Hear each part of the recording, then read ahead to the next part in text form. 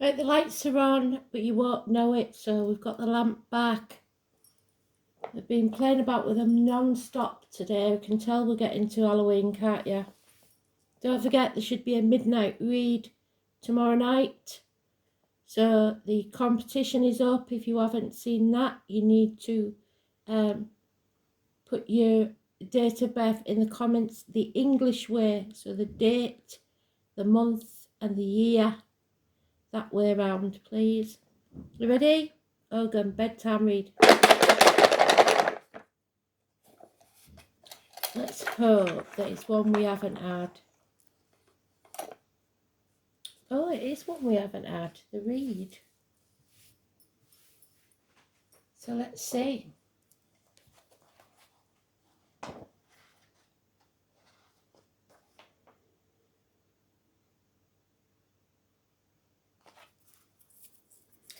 Nagettel, read 127. You may live at 127 for all I know. So, you ready? And I'll begin. The letter P is very important. The 12th moon. The tree is the reed and broom and fern. The place on the hand is the second joint of the middle finger, which is, I believe, Scorpio. Let's see. Yeah, Scorpio. So, it's very relevant, isn't it? Because we're in Scorpio now. The colour is glass green, so the heart chakra. The stone is clear green jasper. The bird is the goose. Goose are very important to spirit. The musical note of E sharp, I believe. The planet is Chiron, the wounded healer. The goddess is Ceridon. Whoa, the shapeshifter. The symbols, things of the sea, the broom, items made of reed. It's the wound, the charm and healing. Used to aid in healing issues, balance and wellness, and can be hormonal or emotional. The flower essence is rock rose, cherry plum and sweet chestnut combined. The broom is native to Great Britain and grows in abundance along the heaths, moors and open spaces. It is a small tree, rarely growing above 7 feet tall, and is thick and bushy. Its stems are long, thin and green, and from them sprouts an abundance of pod-shaped yellow flowers, which bloom in summer. The broom is closely related to the gorse bush. Broom shares the Ogham letter Nagettel with reed. Broom is useful in cleaning up spiritual or mental messes. It is used to correct or heal damage or injury. For instance, if you're having negative thoughts, emotions or actions, use the broom to help rid yourself of them. As my granny would say, a new broom sweeps clean. Think of these trees as the heralding of a new beginning. Well done, spirit. On the mundane level, the broom has many uses. One obvious use is making a besom. The decoction of broom is useful for gout, sciatica, painful joints, malaria, fever. Use with care. Too large a dose can cause extreme bouts of vomiting. Reed is a symbol of royalty. It is the tree from which arrows were cut, and it incorporates in the living sun, a symbol of sovereignty, shooting off arrows in all directions. So we know that next year we have a new king being crowned. Nagettel represents a sense of established power. Canna reed is ready for cutting in November. So that's apt as well, isn't it? November is an important time. Reed is the tallest of grasses and is associated with water. So the water elements: Cancer, Scorpio, Pisces. It has a long tradition as a wand of authority, which is a symbol of recorded time. Papyrus is made from reed. A broken reed is a broken promise, a loss of trust, and the seeping away of authority. So somebody is losing their authority over people. This lunar cycle often includes Samhain, thank you, Spirit, so for tomorrow, well done. The reed is the sceptre of the Queen. The reed is earthly power and authority. This is the moon of the home and hearth. It is also the winter moon and symbolises fertility, protection, love and family. It is a tree of established power. Reed is ready to cut in November. The Egyptian canna reed, which grows from thick roots like a tree, was an ancient symbol for royalty in the eastern Mediterranean. In Egypt, the reed was used to make sceptres and arrows. Hence, the pharaohs of Egypt would shoot arrows in every direction to symbolise the sun. The Irish used the reed Witten rose for the thatching of roofs. So, putting on a roof on your house, Kristen, very important. A house was not completed or established until the roof was thatched. The dead stems rattled in the wind and are commonly referred to as broom. One also thinks of Pan with his reed flute. The reed is often associated with male kingship. So, like I said, we're getting a new king in Great Britain. Set and Osiris fought over Isis and alternately killed each other, reflecting the cycle of sacred kingship. The Egyptian token of sovereignty was a scepter tip with ass's ears, which was broken upon Set's death. When ancient kings die or are sacrificed, the scepters were broken to show their loss of vitality or virility. The Celtic cycle of sacred kingship is reflected in the holly and oak kings, seasonal rule of the land. The month of Reed was the season of death to the Druids, the beginning of winter. It is a time of the holly king. The symbolism of the reed, rod and sceptre are symbols of power and authority derived from ancient tree worship. With reed there is a union of complementary opposites. It is the roaring of the sea, the dynamism of which is forever steady. It is the subtle union of the conscious and unconscious realities existing side by side. It is a sign of the boundary between this realm and those beyond, and we are about to come in to the thinnest veil on the 31st. This is a time of unity and purpose and will. What the reeds whisper. They say green parks are the lungs of cities, but marshes are the lungs of sealands, shores, my home, where water and earth intermingle. Moon cleanses the marshes with tides, beneath in rich silt, thick with reeds and grasses, tiny creatures breed and die, to feed mollusks, fish, stalking. Herons, long-legged sandpipers, and us, the reeds, stand with the feet in water and bend like brushed hair in the wind. There is a sound like dry flutes. Whispers at once intimate and ancient. It was the sea of reeds my ancestors crossed to freedom. So freedom is important. Undergoing a sea change from slaves to a people. So we will no longer be slaves. Hurricanes uproot trees, locusts and maples, even oaks. So look out for hurricanes. But reeds bow down, rise up. It is not our world, this marsh, fecund with hidden burrowing. Life, these reeds, close around our canoe so that we are lost. 50 feet from a landing, we rock gently in the inflowing sea. The reeds tame and drink. The name Marge and Percy could be important. The term reed is used loosely in North America. The reed of the Ogham is the common reed.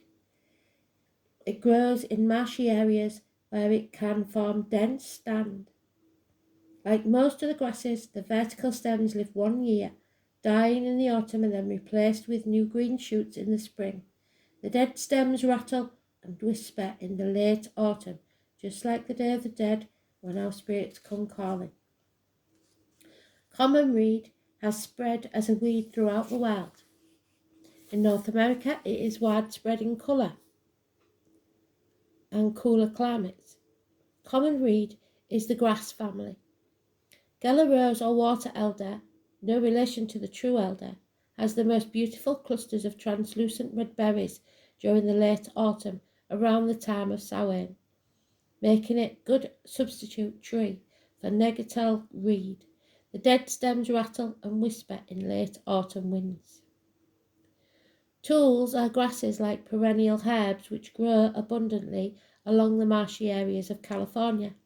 The term tule is derived from the Aztec tulin or tolin, which describes a group of plants including the common cattail bushes and similar plants. The term was used similarly by the Spanish to designate any such marshland plant. Tule was widely used by the Californian Indians to make shelter, boats, and sitting mats, and for some groups, such as the Yokut-speaking population of the southern San Juan Valley, the roots were an important source of flour, and at least 2 nations used the tule for medicine.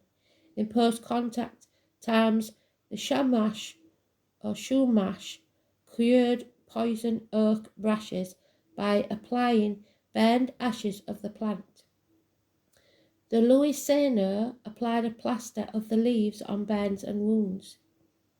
In this month, the first of the new year, Imogen sings, "I am threatening noise of the sea. I have been a wave breaking on the beach." So someone may be going to the beach. When Imogen speaks of the waves breaking on the beach or the threatening noise of the sea, we can hear that sound in our minds. It seems to echo in our memories as primitive and haunting. We can hear the wave pounding on the cliffs. The harshness of that pounding is amplified by the silence of the water.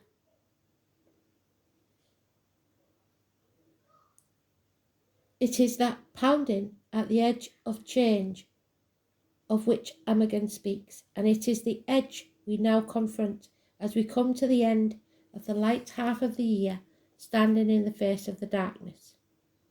Life and death, beginning and ending, summer and winter, and all alternating stages in the process of existence are all necessary and complementary to each other.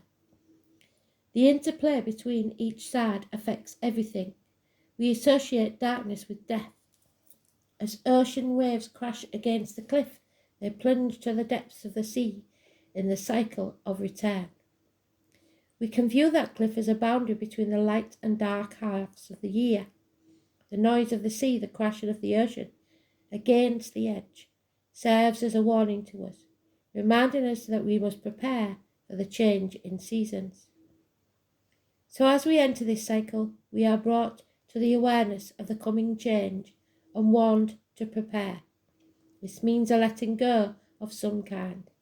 It asks us to release our heightened energy, which has fueled us in our growth, to let go of control, and as the ocean waves sink back into the depths of the ocean womb, await the rebirth at the proper time. This is something we experience every year at the same time. We also see life triumph once more. This gives us a sense of trust in this cycle. We know that the absence of light will bring about difference in our awareness, which will allow us to dive into depths of our memories, causing us to reflect upon our feelings, thoughts, and actions. For surely, without taking the time for processing and assimilating our past experiences, how would we learn and grow, or move forward to any coming newness in our lives? As the moon waxes, the noise of the sea grows louder, alerting us that we are now approaching this boundary. between the light and the dark, the boundary between life and death. With the full moon we accept that we must release and let go of our desires to hold on to the energetic growth. And finally, as the moon wanes, we step forward into the heart of the darkness. Now prepared, we open ourselves up to the experience of the dark. I am the sound of the sea, calmest cold of the deepest deep, sinuous swishing of sea snake sidling, baleful bark of a sorrowful seal, shrill shrieking of timorous tern, bounding breaker on ragged rock, on the earth, in the air, through the fire by the water. I am terror, the reed moon's daughter.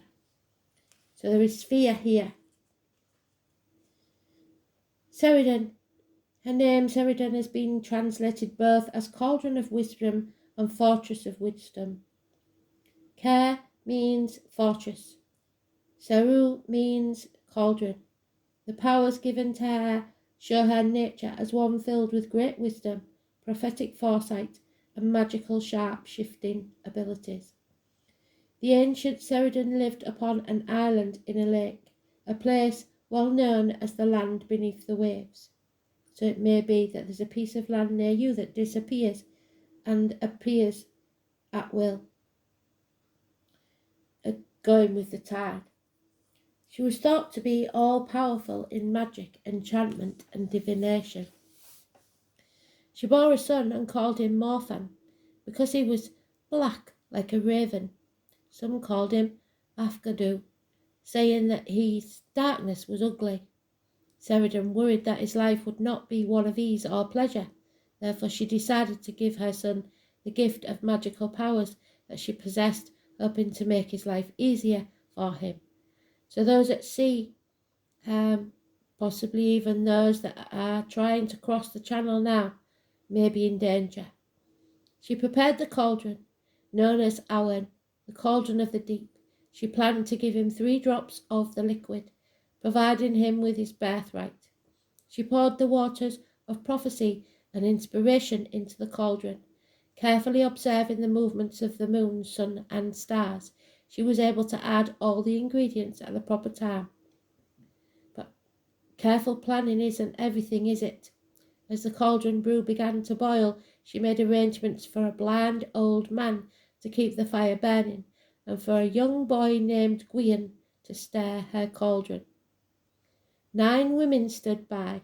These women were druids, who could take the form of animals and even blow the sea into a rage with their perfect poetry.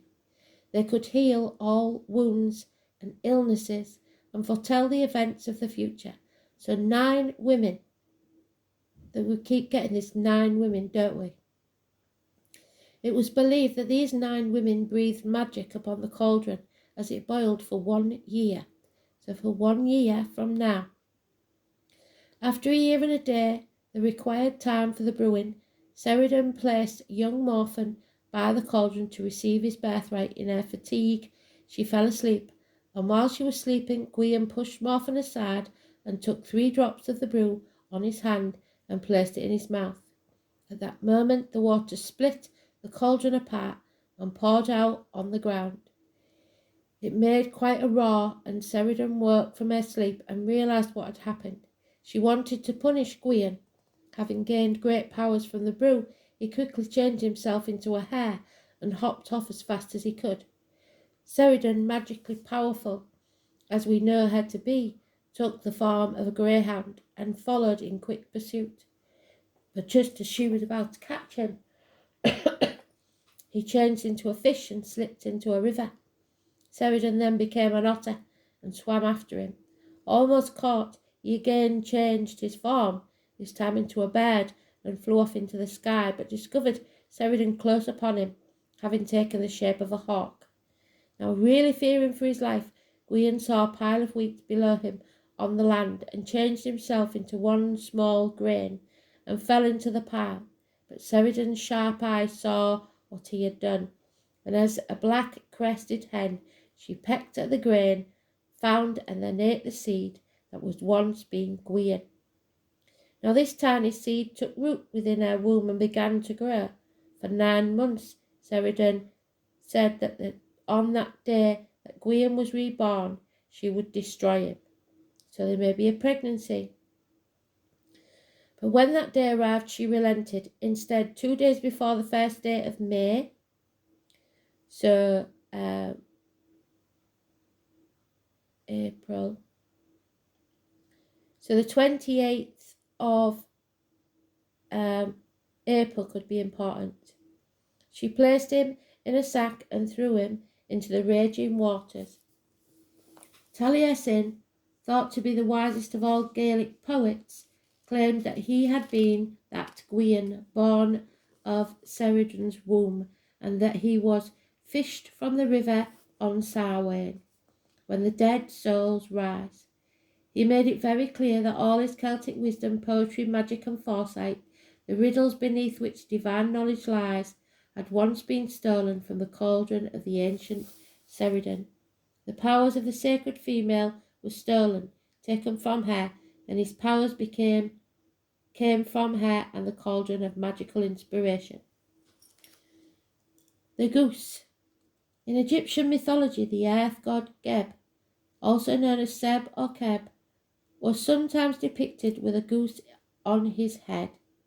He was also described as a goose called the Great Cackler, whose female laid the egg each day for where the sun hatched.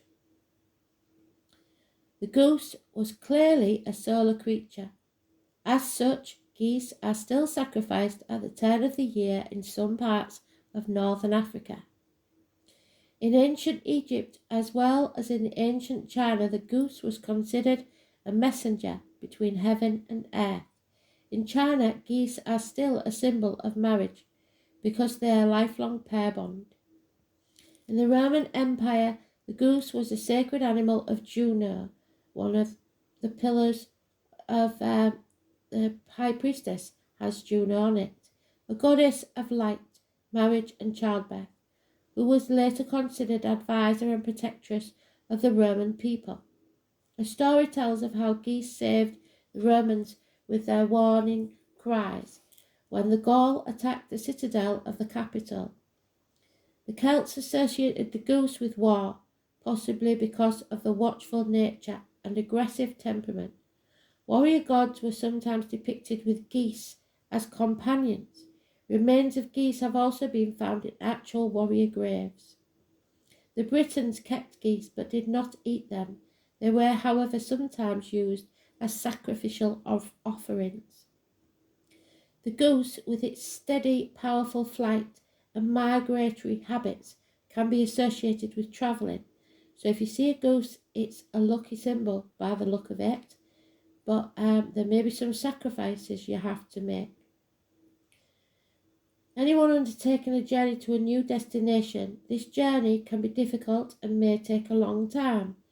The goose can help people find the perseverance needed to go on with their quest.